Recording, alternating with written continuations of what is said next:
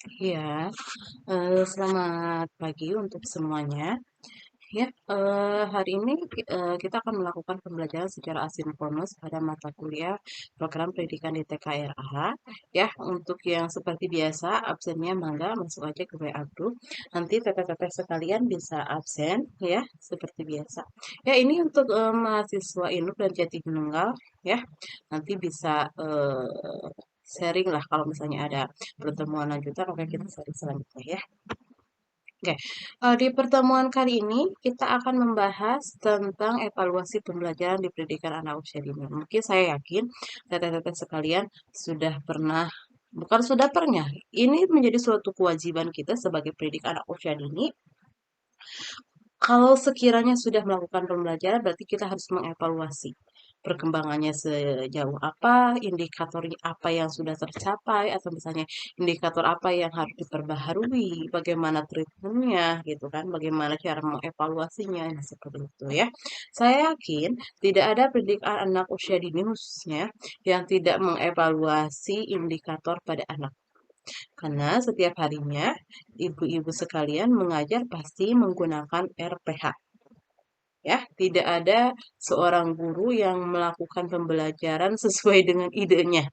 Tidak ada tanpa perencanaan, tidak ada. Ya, saya yakin semuanya melakukan sesuai dengan SOP, apa yang sudah diharuskan, apa yang harus dilaksanakan oleh seorang pendidik. Ya, kita lanjut aja materinya. Saya sudah membuat sebuah materi ya. Mudah-mudahan teteh-teteh sekalian melihat apa yang sudah saya buat. Ya, ini. Mangga dibaca dan dipahami. Ini ada di slide pertama, ya.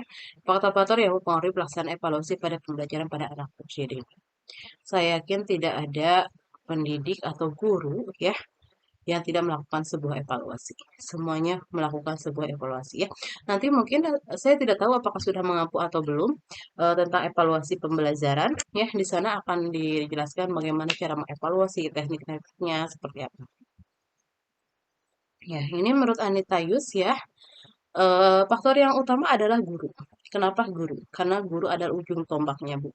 Ya, tanpa guru, anak tidak akan bisa dievaluasi. Tanpa guru, anak tidak akan eh, tahu permasalahan dia di pembelajaran itu seperti apa. Nah, makanya seorang guru harus memahami konsep penilaian, bagaimana alat penilaian itu seperti apa, atau misalnya bagaimana cara langkah-langkahnya sehingga bisa menyimpulkan, oh anak ini bintangnya 1, anak ini bintangnya 2, anak ini bintangnya 3.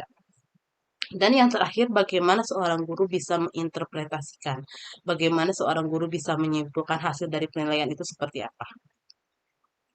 Nah, makanya seorang guru bukan hanya kewajibannya sebagai eh, apa ya, pengajar saja, bukan, tapi guru harus bisa menjadi evaluator. Nah, itu kuncinya. Guru harus bisa menjadi evaluator, ya. Terus yang selanjutnya adalah anak. Anak adalah objeknya. Ya, bagaimana setiap anak punya karakteristik yang berbeda, bagaimana setiap anak punya perkembangan dan tahapan yang berbeda. Oleh sebab itu, ada keterkaitan antara guru dan anak. Guru harus memahami dulu kemampuan anak itu sejauh mana. Aspek perkembangan anak itu berada pada tahap yang mana. Nah, ketika guru sudah memahami, lalu bisa mengevaluasi anak. Oh, ternyata usia 5 tahun, ternyata anak indikatornya masih di sini loh, gitu. Oh, anak 6 tahun ternyata indikatornya sudah melampaui usia SD loh. Karena apa? Karena kita harus punya keyakinan bahwa setiap anak itu punya perkembangan dan tumbuh kembang yang berbeda. Nah, seperti itu ya. Terus selanjutnya adalah alat penilaian. Hmm. Saya yakin ibu-ibu punya alat penilaian yang berbeda-beda pada setiap anak dan pada setiap program. Harus diingat bahwa satu program akan berbeda dengan program yang lain. Begitupun dengan alat penilaiannya ya, seperti itu. Bisa dengan observasi, bisa dengan unjuk kerja, hasil karya, banyak sekali. Nah, itu alat penilaian. Anekdot ya. Terus yang selanjutnya adalah tempat dan waktu penilaian. Tempat dan waktu penilaian harus disesuaikan dengan kebutuhan penilaian anak, ya. Dan program itu tempat itu harus dirancang sesuai dengan programnya. Ya, satu hari misalnya. Oh, ternyata hari ini mah programnya A. Tidak tepat nih kalau misalnya waktu penilaiannya hanya dengan 2 menit misalnya. Atau misalnya alat penilaiannya seperti ini. Nah, itu kan harus ada sinkronisasi. Bagaimana seorang guru bisa mengemas komponen-komponen anak, alat penilaian, tempat dan waktu itu menjadi satu kesatuan yang utuh. Tidak bisa dipisahkan antara satu bagian dengan bagian yang lain, tidak bisa. Nah, seperti itu ya. Terus yang selanjutnya, nah ini bisa dilihat ya, ada pelaksanaan dan berbagai alat penilaian perkembangan anak usia ini referensinya dari Uyu Wahyudin dan Pak Mubiar Agustin ya. Yang pertama adalah observasi. Di pendidikan anak usia dini, observasi merupakan alat penilaian atau misalnya pengumpulan data yang paling sering dilakukan. Ya, bahkan di skripsi mahasiswa observasi itu alat pengumpulan data yang paling sering dilakukan. Kenapa? Karena dengan observasi kita atau misalnya mau itu mahasiswa gitu kan menjadi seorang peneliti atau misalnya guru sebagai observer bisa mengetahui bagaimana sih perubahan yang terjadi pada anak pada waktu ke waktu. Kita perlu mengamati saja. Ya, misalnya di kegiatan awal nih, oh ternyata kenapa ya anak kemarin bintangnya satu? Kita evaluasi terus melakukan observasi. Oh ternyata ketika sudah ketemu nih titik permasalahannya, kita langsung melakukan treatment. Treatmentnya selain melakukan treatment, kita juga harus mencari objek permasalahan lain, ya. Objek dari permasalahan lain, contohnya, kenapa ke orang tuanya, misalnya ke rekan sebayanya, gitu kan. Karena biasanya kalau misalnya anak, faktornya itu bukan hanya pada diri anak, tapi semuanya. Faktor lingkungan, faktor keluarga, gitu kan. Nah, seperti itu. Jadi, observasi harus dilakukan oleh seorang guru untuk melihat sejauh mana adanya perubahan atau misalnya ada permasalahan pada diri anak. Hmm. Ya, yang pertama itu observasi. Nah, observasi ada formatnya. Ada yang terstruktur, ada yang tidak terstruktur.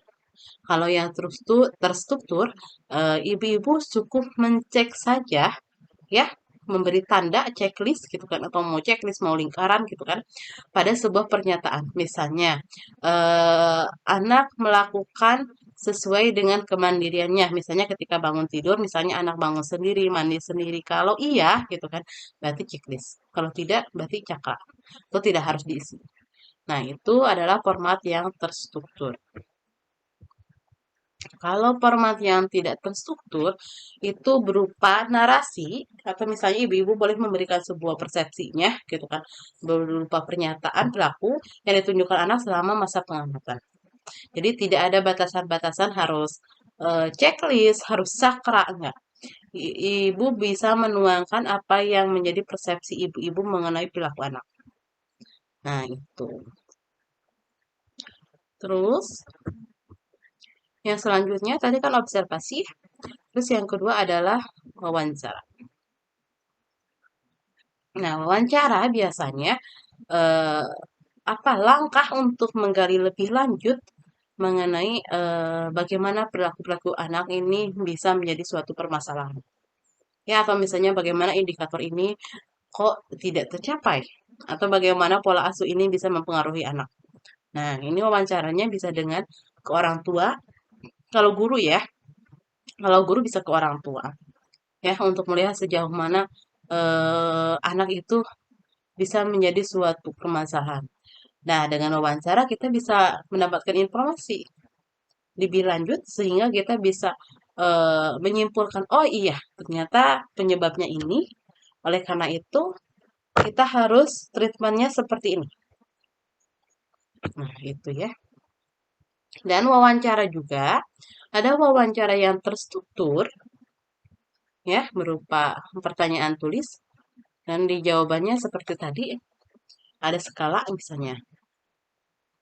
Eh, sedang, misalnya teh buruk, sedang, baik, baik sekali. Misalnya seperti itu. Atau skalanya 1, 2, 3, 4. Ya, seperti itu. Ya, bisa juga dengan skalanya 1 misalnya BB, MB, seperti itu.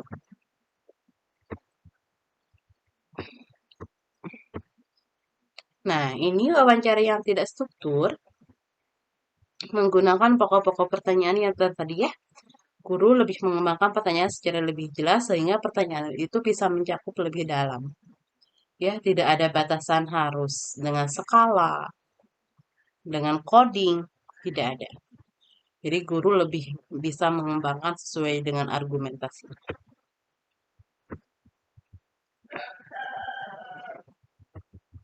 Terus yang selanjutnya adalah catatan anekdot. Nah, ini adalah suatu teknik pengumpulan data yang bersifat pengamatan, hampir sama dengan observasi ya. Karena guru sebagai pengamat hanya mencatat berbagai peristiwa saja yang terjadi selama proses kegiatan belajar. Jadi, kegiatan anekdot ini hanya mencatat peristiwa yang betul-betul bermakna saja. Tidak dari awal sampai akhir, tidak, tapi yang sekiranya bermakna dan lain dari yang lain, maka guru bisa memasukkan peristiwa itu ke catatan anekdotan. Nah, kalau ini unjuk kerja ya, mungkin kalau anak-anak yang sukanya tentang fisik motorik ya, yang gerak-gerak, nah ini anak lebih tertariknya ke sini. Ya, di mana penilaian itu menuntut anak untuk bisa melakukan tugasnya ya dan diamati oleh guru seperti praktek menyanyi, memperagakan sesuatu. Nah, seperti itu. Hal-hal yang berhubungan dengan fisik motorik masuknya ke unjuk kerja. Nah, portofolio. Suatu koleksi pekerjaan dan kegiatan anak yang diorganisasi secara sistematis menggambarkan potret anak secara menyeluruh. Biasanya ketika akhir tahun, seorang guru itu memberikan sebuah portofolio kepada orang tua berupa hasil karya anak selama 1 semester. Atau bisa saja selama 1 tahun ajaran. Semuanya berisi hasil karya anak dari awal sampai akhir. Nah, ini ada 2 hal yang dapat diamati dari portofolio ini ya. Yang pertama harus lebih kepada proses, di mana proses itu bisa menunjukkan bagaimana anak sih belajar dan melakukan kegiatan. Ya, jadi kalau misalnya untuk anak usia dini, bukan hanya pada hasil, tapi yang lebih penting itu adalah pada proses. Terus yang kedua adalah hasil atau produk.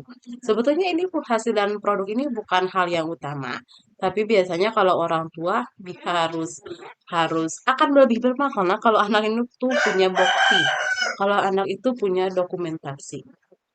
Tapi harus dilihat juga, harus digarisbawahi bahwa proses itu yang lebih utama.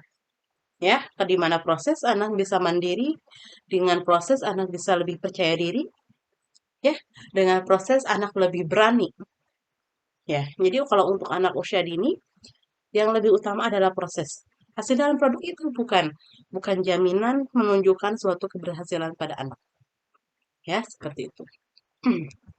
Nah, ini mangga untuk teteh-teteh semuanya bisa bisa disimpulkan juga ya bahwa ada apa faktor-faktor yang mempengaruhi evaluasi itu adalah guru, ada anak, ada alat penilaian, ada tempat dan waktu penilaian.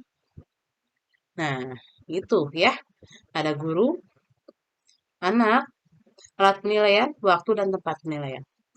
Kalau alat penilaian itu yang biasanya kita lakukan di pendidikan anak usia dini ya, ada observasi, ada wawancara, unjuk kerja, portofolio, ya seperti itu. Ya mungkin lebih dari itu banyak ya Bu ya, tapi kalau untuk yang biasa sehari-hari itu adalah observasi, wawancara, unjuk kerja, catatan anekdot, dan portofolio. Nah, seperti itu ya. Mungkin untuk anak teteh-teteh sekalian, setelah pembelajaran ini, evaluasi pembelajaran, mungkin ada evaluasi selanjutnya ya, yang pertemuan selanjutnya. Bisa nanti disimak lagi ya mungkin pembelajaran sinkronus ya untuk hari ini. Kita cukupkan sekian, mangga absennya diisi untuk mahasiswa induk dan Jatinunggal ya. Nanti kita ketemu lagi di pertemuan selanjutnya.